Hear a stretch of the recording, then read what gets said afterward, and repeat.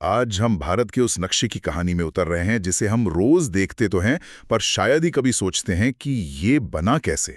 हमारे पास जो स्रोत हैं वो हमें सीधे भारतीय संविधान के भाग 1 में ले जाते हैं, मतलब अनुच्छेद 1 से 4। और ये सिर्फ कानून के पन्ने नहीं है, ये एक राष्ट्र को गढ़ने का कह सकते हैं एक ब्लूप्रिंट है। बिल्कुल। हम देखेंगे कि कैसे भारत अर्थात इंडिया इस नाम पर सहमति बनी और कैसे संसद को राज्यों का नक्शा बदलने की एक जबरदस्त ताकत मिली। फिर हम 1947 के उस दौर में चलेंगे जब सैकड़ों रियासतों को एक देश की शक्ल देना शायद संविधान लिखने से भी बड़ी चुनौती थी। तो चलिए इस कहानी की परतों को खोलते हैं। बिल्कुल। और हमारी आज की पड़ताल का मिशन सिर्फ ये जानना नहीं है कि क्या हुआ, बल्कि ये समझना है कि क्यों हुआ। ये कहानी है एक अविनाशी संघ बनाने की, जिसके भीतर की इकाइयां यानी राज्य जरूरत पड़ने पर बदले जा सकते हैं। इसी लचीलेपन ने एक तरह से भारत को एक बनाए रखा है। चलिए इसी बुनियाद से शुरू करते हैं। अनुच्छेद 1 की पहली ही लाइन कहती है, भारत अर्थात इंडिया राज्यों का संघ होगा। ये दो नाम, इंडिया और भारत, दोनों को रखने के पीछे क्या सोच थी? क्या संविधान सभा में इस पर कोई बहस हुई थी? अरे बहुत गहरी बहस हुई थी। हमारे स्रोत बताते हैं कि ये संविधान सभा की सहमति और समन्वय की भावना का सबसे अच्छा उदाहरण है। कुछ सदस्य इंडिया नाम को आधुनिक और मतलब अंतर्राष्ट्रीय पहचान से जोड़कर देखते थे। हाँ, जिस नाम से दुनिया हमें जानती थी। जी, वो उसे बनाए रखना चाहते थे। वहीं कई सदस्यों का मानना था कि भारत नाम हमारी हजारों साल पुरानी सभ्यता और संस्कृति से जुड़ा है और वही हमारी असली पहचान है। तो एक तरह से ये परंपरा और आधुनिकता के बीच का एक चुनाव था। बिल्कुल। और संविधान निर्माताओं ने दोनों को अपनाकर एक शानदार संतुलन बनाया। उन्होंने कहा ये दोनों ही हमारे नाम हैं। ये दिखाता है कि वे किसी एक विचार को थोपने की बजाय सबको साथ लेकर चलना चाहते थे। और ये सिर्फ कहने की बात नहीं है, ये नाम पहली अनुसूची या फर्स्ट शेड्यूल में बाकायदा दर्ज हैं। अच्छा। और इस वाक्य का जो दूसरा हिस्सा है, राज्यों का संघ या यूनियन ऑफ स्टेट्स, इसका ठीक मतलब क्या है? संविधान के हिसाब से भारत की जमीन को किन हिस्सों में बांटा गया है? देखिए, इस संघ के तहत भारतीय क्षेत्र को 3 श्रेणियों में बांटा गया है। पहली, राज्यों के क्षेत्र यानी हमारे जाने पहचाने स्टेट्स जैसे उत्तर प्रदेश, तमिलनाडु। दूसरी, संघ राज्य क्षेत्र जिन्हें हम यूनियन टेरिटरीज कहते हैं, जैसे दिल्ली या चंडीगढ़। और तीसरी, और ये बहुत दिलचस्प है, ऐसे क्षेत्र जो भविष्य में भारत अर्जित करे। भविष्य में अर्जित करे मतलब उस वक्त भी भविष्य में देश के विस्तार की एक गुंजाइश रखी गई थी। हाँ, और इसका बेहतरीन उदाहरण हमें आजादी के बाद देखने को मिला, जब गोवा को पुर्तगालियों से आजाद कराया गया, सिक्किम का भारत में विलय हुआ, तो वे इसी तीसरी श्रेणी के तहत भारत का हिस्सा बने। ये हमारे संविधान की दूरदर्शिता को दिखाता है। अच्छा, अब आते हैं अनुच्छेद 2 और 3 पर। हम सब जानते हैं कि ये राज्यों के गठन से जुड़े हैं, लेकिन इनमें जो बारीक सा फर्क है वो अक्सर लोगों को कंफ्यूज करता है। उसे थोड़ा आसान भाषा में समझाएंगी? जरूर। इसे ऐसे समझते हैं, अनुच्छेद 2 जो है वो दरवाजे के बाहर खड़े मेहमान के लिए है और अनुच्छेद 3 घर के अंदर के सदस्यों के लिए। अच्छा, ये तो बड़ा दिलचस्प तरीका है समझाने का। हाँ, तो अनुच्छेद 2 संसद को उन नए राज्यों को भारतीय संघ में शामिल करने या स्थापित करने की शक्ति देता है जो उस समय भारत का हिस्सा नहीं थे, मतलब कोई बाहरी इलाका। तो अनुच्छेद 2 बाहर से आने वाले क्षेत्रों के लिए है, तो फिर अनुच्छेद 3 का काम क्या हुआ? अनुच्छेद 3 पूरी तरह से एक आंतरिक मामला है। ये उन राज्यों के लिए है जो पहले से भारत का हिस्सा है। इसके तहत संसद किसी मौजूदा राज्य में से एक नया राज्य बना सकती है, जैसे बिहार से झारखंड बना या मध्य प्रदेश से छत्तीसगढ़। बिल्कुल, ये पूरी तरह से एक आंतरिक पुनर्गठन की प्रक्रिया है। वो सबसे हैरान करने वाली बात जो हमारे स्रोत बताते हैं वो ये है कि संसद ये दोनों ही काम एक साधारण बहुमत से, मतलब सिंपल मेजॉरिटी से कर सकती है। इसके लिए किसी बड़े संविधान संशोधन जैसी जटिल प्रक्रिया की जरूरत नहीं है। जी हाँ। एक मिनट, अगर संसद किसी राज्य का क्षेत्र घटा सकती है या उसे 2 हिस्सों में बांट सकती है, तो इसका मतलब तो ये हुआ कि किसी राज्य का अस्तित्व ही पूरी तरह से संसद की मर्जी पर निर्भर है। ये तो बहुत बड़ी शक्ति है। हाँ, और यहीं पर भारतीय संघवाद का असली चरित्र सामने आता है। अनुच्छेद 3 के तहत संसद को किसी भी राज्य के नक्शे को बदलने की 5 तरह की व्यापक शक्तियां हैं। पहला, एक नया राज्य बना सकती है। दूसरा, किसी राज्य का क्षेत्र बढ़ा सकती है। तीसरा, किसी राज्य का क्षेत्र घटा सकती है। सीमाओं में भी फेरबदल कर सकती है। हाँ। चौथा, राज्यों की सीमाओं में फेरबदल कर सकती है और 5वां किसी राज्य का नाम तक बदल सकती है। तो क्या संसद ये सब अपनी मर्जी से एक सुबह उठकर तय कर सकती है या इसकी कोई तय प्रक्रिया है? नहीं, अपनी मर्जी से नहीं, एक बहुत स्पष्ट प्रक्रिया है। पहला कदम तो यही है कि ऐसा कोई भी बिल राष्ट्रपति की सिफारिश के बिना संसद में पेश ही नहीं हो सकता। अच्छा, तो एक चेक तो राष्ट्रपति के लेवल पर ही लग गया। इसके बाद क्या होता है? क्या राज्यों से जिनकी सीमाएं बदल रही हैं उनसे पूछा जाता है? हाँ, और यही दूसरा और सबसे महत्वपूर्ण कदम है। राष्ट्रपति उस बिल को प्रभावित राज्य के विधानमंडल को उनकी राय जानने के लिए भेजते हैं और इसके लिए एक समय सीमा भी तय करते हैं। लेकिन यहाँ एक बहुत बड़ा पेंच है ना? कि राज्य की राय मानना या ना मानना केंद्र पर निर्भर करता है। बिल्कुल सही पकड़ा आपने। राज्य अपनी राय दे सकता है, लेकिन वो राय राष्ट्रपति या संसद के लिए बाध्यकारी नहीं है। मतलब राज्य के पास कोई वीटो पावर नहीं है। तो संसद राज्य के मत को स्वीकार या अस्वीकार कुछ भी कर सकती है। जी, और एक और दिलचस्प बात, राज्य शब्द में यूनियन टेरिटरीज तो शामिल है, लेकिन बिल को उनकी विधानसभा में भेजने की जरूरत नहीं होती। लेकिन ये तो बहुत बड़ी शक्ति है जो केंद्र को दी गई है। क्या संविधान सभा में इस पर बहस नहीं हुई थी कि ये राज्यों के अधिकारों का हनन है? बहस तो हुई थी, लेकिन अंत में देश की एकता और अखंडता को सर्वोपरि रखा गया। निर्माताओं का मानना था कि बदलती प्रशासनिक और भाषाई जरूरतों के हिसाब से राज्यों का पुनर्गठन जरूरी हो सकता है, और अगर इसमें हर राज्य को वीटो पावर दे दी गई तो देश का विकास रुक जाएगा। यहीं से वो विचार आता है कि भारत अविनाशी संघ है जिसमें विनाशी राज्य हैं। The union is indestructible, but the states are not.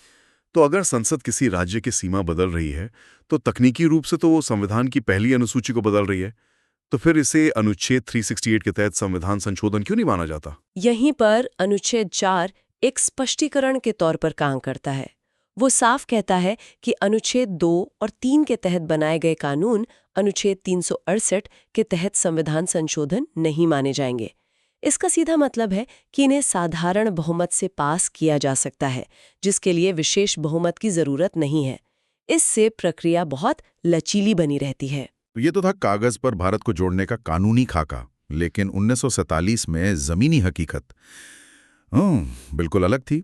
ये नियम लागू करने से पहले एक बिखरे हुए देश को एक साथ लाना था, जो शायद संविधान बनाने से भी बड़ी चुनौती थी। आप इसे चुनौती कह रहे हैं? ये लगभग एक असंभव काम था। 1947 में भारत का नक्शा एक पैचवर्क रजाई जैसा था। ब्रिटिश भारत के प्रांतों के बीच में लगभग 600 देसी रियासतें फंसी हुई थीं।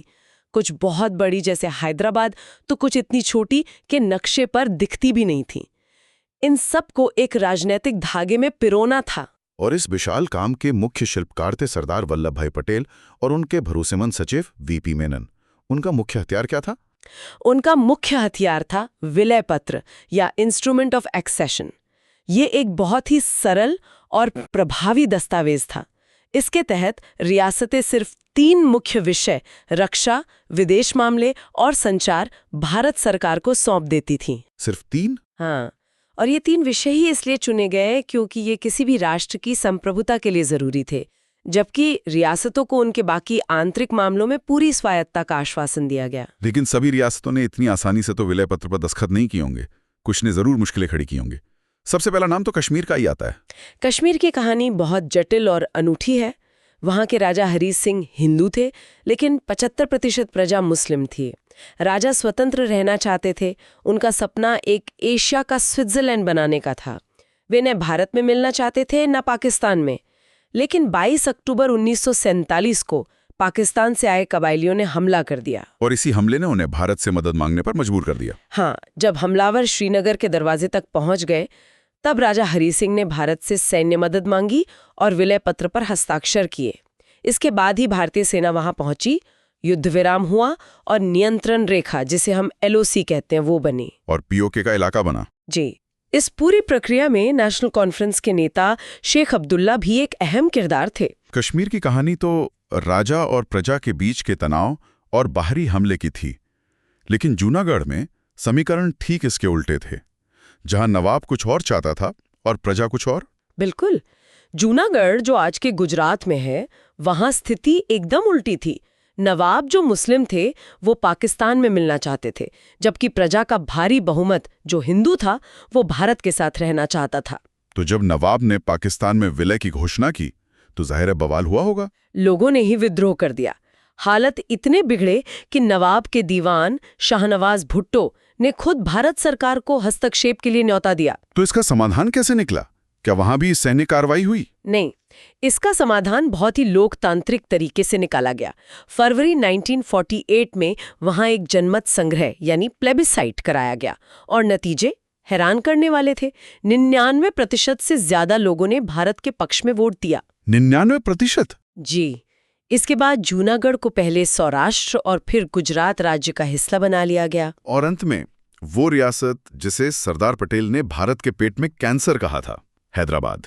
इसकी कहानी ऑपरेशन पोलो के नाम से मशहूर है। हैदराबाद वाकई सबसे बड़ी चुनौती थी। ये एक विशाल, अमीर और भारत के ठीक बीचों बीच बसी रियासत थी। निजाम उस्मान अली खान आज़ाद देश का सपना देख रहे थे। उनकी अपनी एक निजी सेना थी रजाकार, जो आम लोगों पर, खासकर गैर मुस्लिमों पर भयानक जुल्म कर रही थी। पटेल इस मामले में बहुत यथार्थवादी थे। वे बातचीत में यकीन रखते थे, लेकिन जब निजाम ने आनाकानी की तो उन्होंने साफ कह दिया था कि इस कैंसर को बढ़ने नहीं दिया जा सकता। और तब ऑपरेशन पोलो लॉन्च हुआ। हाँ, जब बातचीत के सारे रास्ते बंद हो गए तो सितंबर 1948 में भारतीय सेना ने एक पुलिस कार्रवाई की जिसका कोड नेम था ऑपरेशन पोलो। ये कार्रवाई बहुत तेज और निर्णायक थी। सिर्फ 5 दिनों के अंदर निजाम की सेना ने आत्मसमर्पण कर दिया और हैदराबाद का भारत में विलय हो गया। और बाद में भाषा के आधार पर इस बड़े इलाके को बिल्कुल, इससे आंध्र प्रदेश, महाराष्ट्र और कर्नाटक में बांटा गया। तो इस जबरदस्त एकीकरण के बाद जब 1950 में संविधान लागू हुआ तो राज्यों का स्वरूप कैसा था? क्या वे वैसे ही थे जैसे आज हम देखते हैं? नहीं, बिल्कुल नहीं। वो एक कह सकते एक अस्थायी व्यवस्था थी जो थोड़ी अजीब भी लगती है। राज्यों को 4 हिस्सों में बांटा गया था। भाग क या पार्ट ए में वो राज्य थे जो पहले ब्रिटिश प्रांत थे, जैसे बॉम्बे या मद्रास। भाग ख यानी पार्ट बी में बड़ी रियासतें थीं, जैसे हैदराबाद और मैसूर। और ग और घ? भाग ग पार्ट सी में छोटी रियासतें और चीफ कमिश्नर के क्षेत्र थे। और सबसे अजीब था भाग घ पार्ट डी, जिसमें सिर्फ अंडमान और निकोबार द्वीप समूह को रखा गया था। तो ये उलझी हुई व्यवस्था कब खत्म हुई? ये व्यवस्था सिर्फ 6 साल चली। ये साफ था कि एक अस्थायी जुगाड़ था। जल्द ही भाषा के आधार पर राज्यों की मांग उठने लगी, जिसके कारण 1956 में राज्य पुनर्गठन अधिनियम या स्टेट्स रीऑर्गेनाइजेशन एक्ट लाया गया। इसने इस 4 स्तरीय व्यवस्था को खत्म किया और 14 राज्य और 6 केंद्र शासित प्रदेश बनाए। यहीं से भारत के आधुनिक राजनीतिक नक्शे की नींव पड़ी। तो आज की इस गहरी पड़ताल को अगर कुछ मुख्य बिंदुओं में समेटना हो तो वो क्या होंगे? पहला, अनुच्छेद 1 के मुताबिक भारत राज्यों का संघ है और ये अटूट है। दूसरा, अनुच्छेद 3 संसद को भारत का नक्शा बदलने की सर्वोच्च शक्ति देता है, जो हमारे संविधान को लचीला बनाता है। तीसरा, सरदार पटेल और वीपी मेनन की दूरदर्शिता और दृढ़ता ने 560 से ज्यादा रियासतों को एक करके असंभव को संभव कर दिखाया। और इन सब प्रक्रियाओं का नतीजा है आज का भारत, जिसमें 28 राज्य और 8 केंद्र शासित प्रदेश हैं।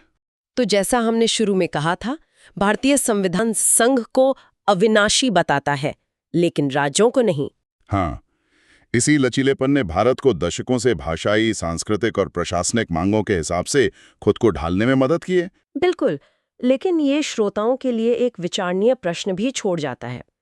एक मजबूत केंद्रीय सत्ता जो देश को एक रखे और राज्यों की अपनी स्वायत्तता और पहचान जो हमारी विविधता को जिंदा रखे, इन दोनों के बीच आदर्श संतुलन क्या है? ये तनाव भारत की राजनीति कहानी का एक ऐसा सूत्र है जो संविधान बनने के दिन से लेकर आज तक लगातार चलता आ रहा है।